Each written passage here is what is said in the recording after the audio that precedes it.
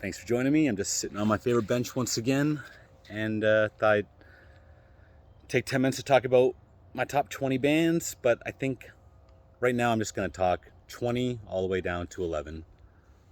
No need for a big disclaimer. Obviously, just my opinion. Could change tomorrow, could change next week. Is the order 100%? Who knows? But here we go. Before I get started, I got one thing I need to say. I have a very dark secret I've been hiding from you guys. A couple videos ago, I said I wear a metal shirt and jeans every single day, and that's actually a total lie. I never wear jeans. I wear track pants every single day. All jokes aside, though, it made me think. Just my son a couple days ago asked me how many Venom albums I have, and I had to say 0. I own 0 Venom albums. So, anyways, number 20. I'm gonna go with Thin Lizzy. I first heard Thin Lizzy when my dad had a tape.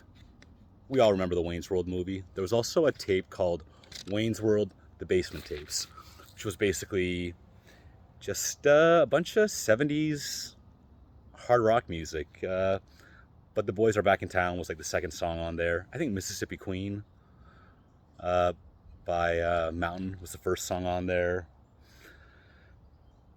So yeah, I fell in love with that song. I think all kids like that song when they first hear it, and I went from there. I don't own a ton of their albums, but my favorite ones have got to be some of the later ones: Black Rose, Renegade, Thunder and Lightning.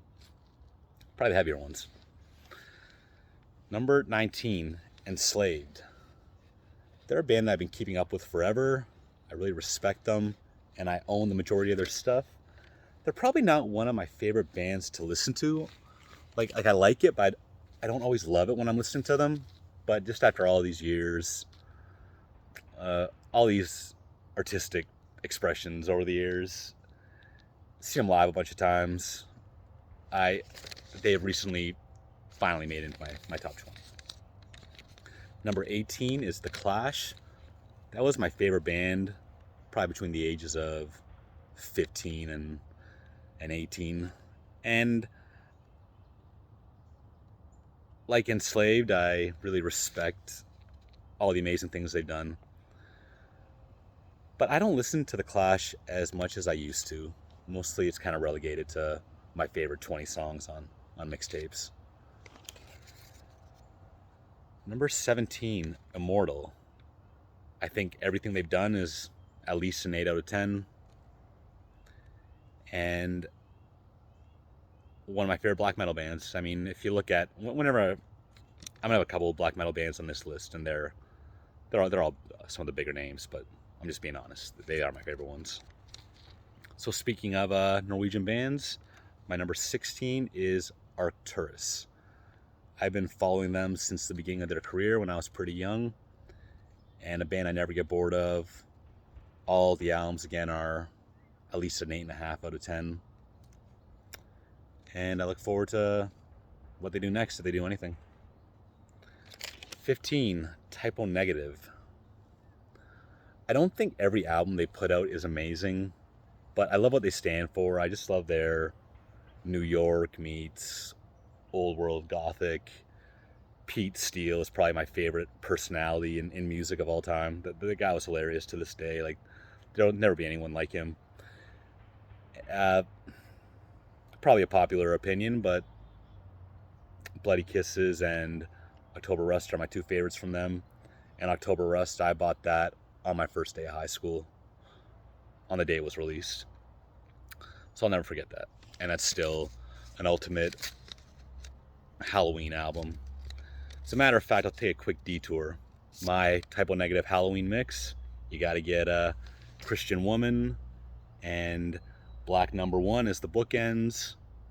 Put Hallows Eve from World Coming Down right in the middle, and then everything in between, just fill in your favorite songs from October Rust. Take out the interludes, take out a couple songs you don't like, and there it is. Thank me later. 14, Deftones. People say the first two albums are still worth getting into. I'm still kind of biased towards them. I always tell myself those are new metal albums. but they both have a couple good songs on each. White Pony, one of my favorite albums ever, and everything since then has been great. The last one, I feel like people stopped talking about that one pretty quick, but it was more of the same. Awesome. What was that called? Ohms. The one before that, Gore, that was one of the best things they've done in a long time. I never seen Deftones live, and for whatever reason, I don't really have an interest. I just figure the fan base might not really be my kind of people. Maybe that's not fair to say, but I've never seen them live. 13, Paul Bearer. They are probably my favorite modern band. I love all 4 full lengths. Seen them live more than I've seen any other band. I think that's 7 times now. And I'll always be a fan. Last album was the worst one yet, so I'm eagerly awaiting what comes next. I think they'll be just fine. Number 12, Dio. It took me a long time to get into Dio. When I was younger, I didn't really care at all, but maybe 10 years ago, I got The Last in Line on CD. No, sorry, Holy Diver. It was Holy Diver. And just from there, I slowly started chipping away at the catalog, and I think I have everything that I need to have. Number 11, ISIS. They were another band that I'd say during my 20s, they were my favorite band. Flawless discography, but I don't listen to them the way that I used to. Even still, when it comes to that post-metal sound, all the bands that have been influenced by ISIS, no one's come close. They will always be the best band of that style. And that's a 7-minute video right there, so I'll stop right there and I'll go 10 through 1 on the next one. Thanks for watching.